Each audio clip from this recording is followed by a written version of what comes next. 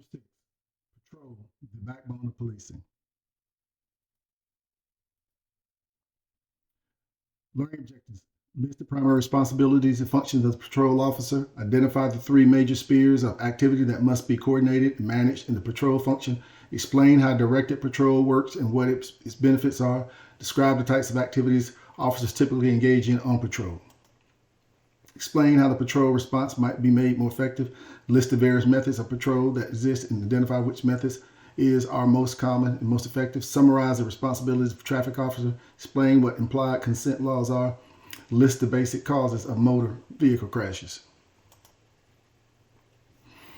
So the introduction, the patrol officer is the backbone of the American policing. In all jurisdictions, patrol is the most vital and visible component of police work. Patrol can contribute to the common goals of police departments, preserving the peace, protecting civil rights and liberties, enforcing the law, preventing crime, providing services, and solving problems. So when you think in terms of police, this is the best way to look at it is think of patrol as the first line of defense. These are the guys that, who are out and about riding around, and they are the first. These guys are some of the first people to see and hear about things. And a lot of times because they patrol in certain communities, a lot of times they get calls for service. They're a lot of times the ones that can respond the quickest to it because they're already in the area, vicinity. So when we look at responsibilities, they answer non-crime calls for service.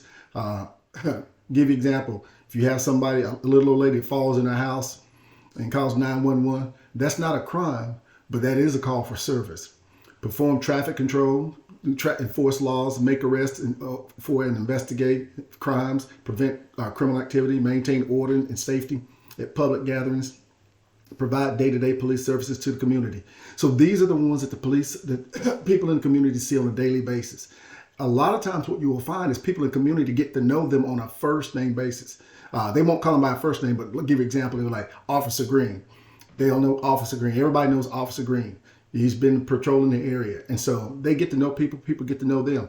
And as a result of them being in the community, one of the things that does, is to discourage crime because you have what we call a police presence there. Three major spheres of activity: responding to emergencies and calls for service, undertaking activities to apprehend perpetrators of crime, engage in strategic problem-solving partnerships with community to address long-standing and emerging problems of crime and disorder. So they're going to respond to the emergency calls like 911 calls for service, or if you have a domestic where you have a husband and wife, they're fighting, and children call 911. Undertaking activities to apprehend criminals. So a lot of times they be in the areas. If you see on TV, a lot of times you see criminals running through the neighborhoods and police officers chasing them. That's usually the ones that's doing it. Engaging in problem solving. So they'll work with the community and the community leaders in the neighborhood, the civic leaders and the religious leaders, school administrators, to try to deal with long-standing problems, how to reduce them, eliminate them, or emerging problems. They'll work with them. And they get to talk because they see them on a daily basis. They get to establish some relationships based on respect and responsibility and credibility because they know them. General patrol, aka preventative patrol, random control, and routine control. So you have a couple of different types of patrol that you find. So the first one I'll talk about is routine patrol. This is what the officers do on a daily basis. They're out in that area. They know the people in the area. They know the grandmas, the grandpas, the daughters, the sons, the grandkids, the works. Those are your routine. Random patrol is where you bring people through for a certain amount of times and stuff. And I'll give you an example. Let's say that you're having some certain events in the area, maybe some football games or some concerts or a park event or something. So you may bring in the random patrol for that. Preventative patrol is when you bring in people because you have a problem, a situation, what's going on in the community, and they're put there specifically to provide a police presence and to increase the number of officers to prevent certain types of crime. Directed patrol, aggressive patrol, includes saturation crackdowns, field interrogation, aggressive traffic enforcement, and detention of environmental anomalies. So when you have this, you're having this for a specific reason. It's directed because we are actually trying to stop what? What is it we're trying to do? Give you an example.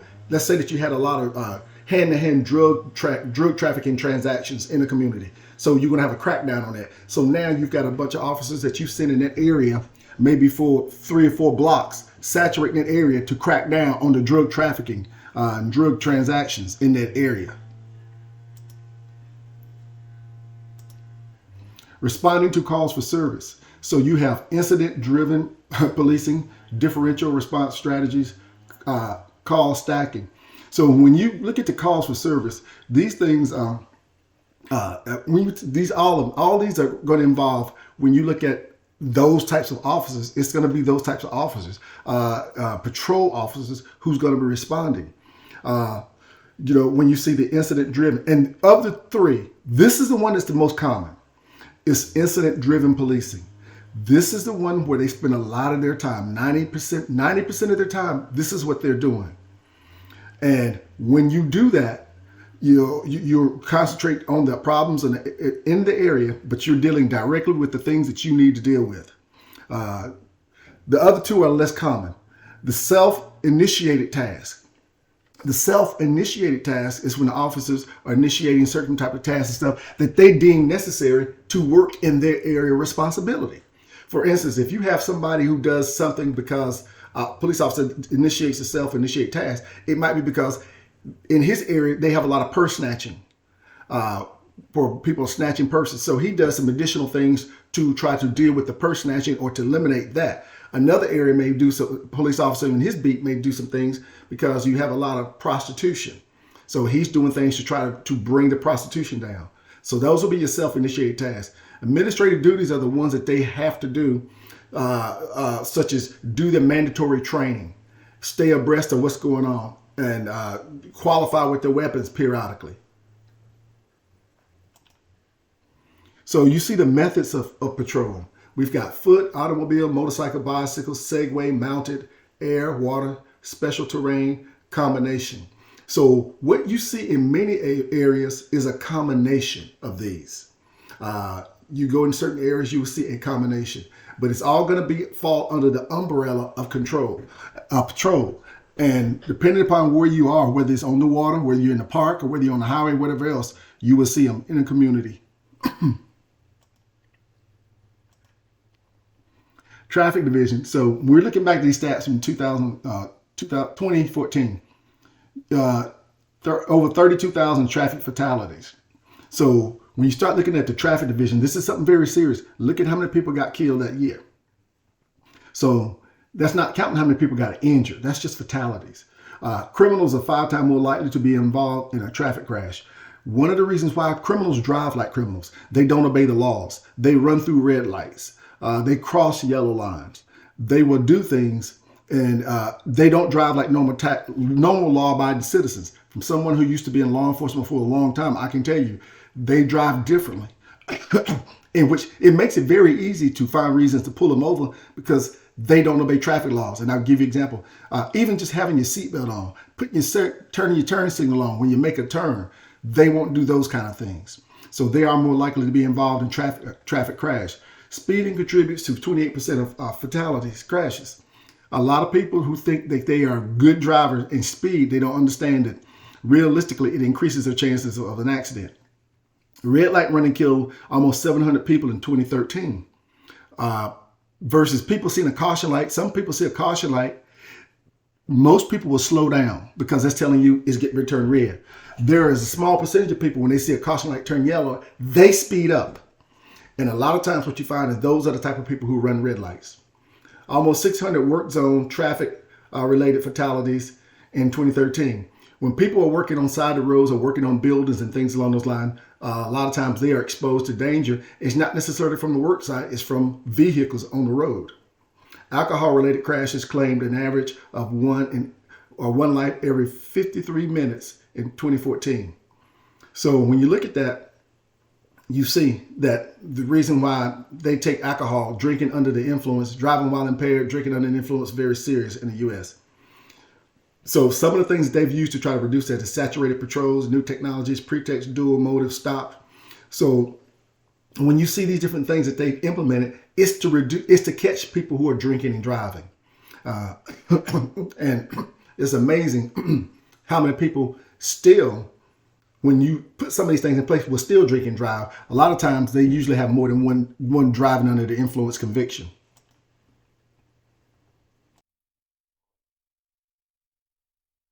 So DUI, DWI enforcement. Implied consent laws state that any person driving a motor vehicle is deemed to have consented to a chemical blood test if arrested while intoxicated. Refusal to take such a test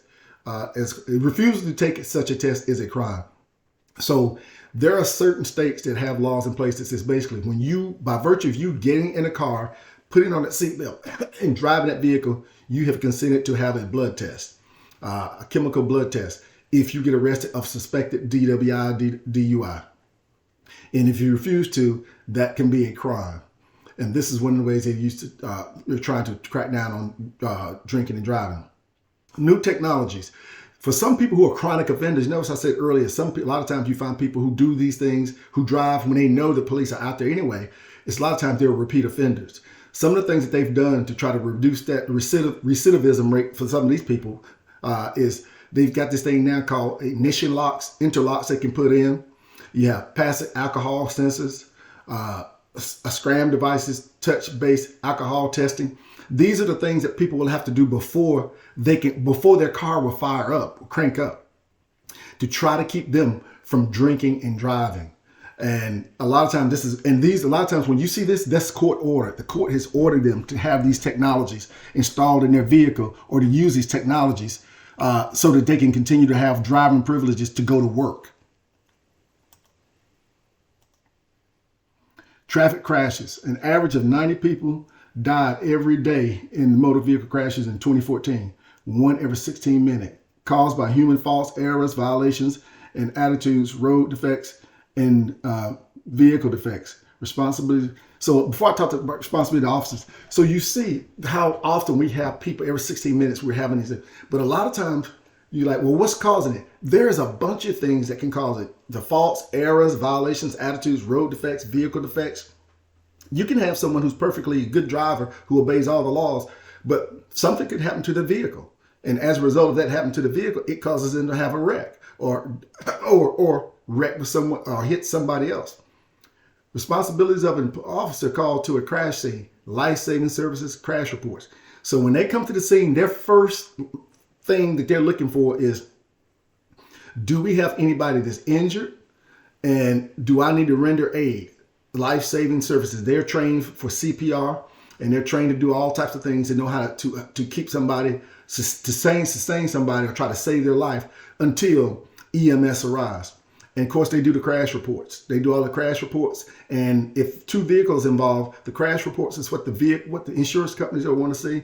And it's also what's going to be used in court in event someone's at fault. That concludes this chapter.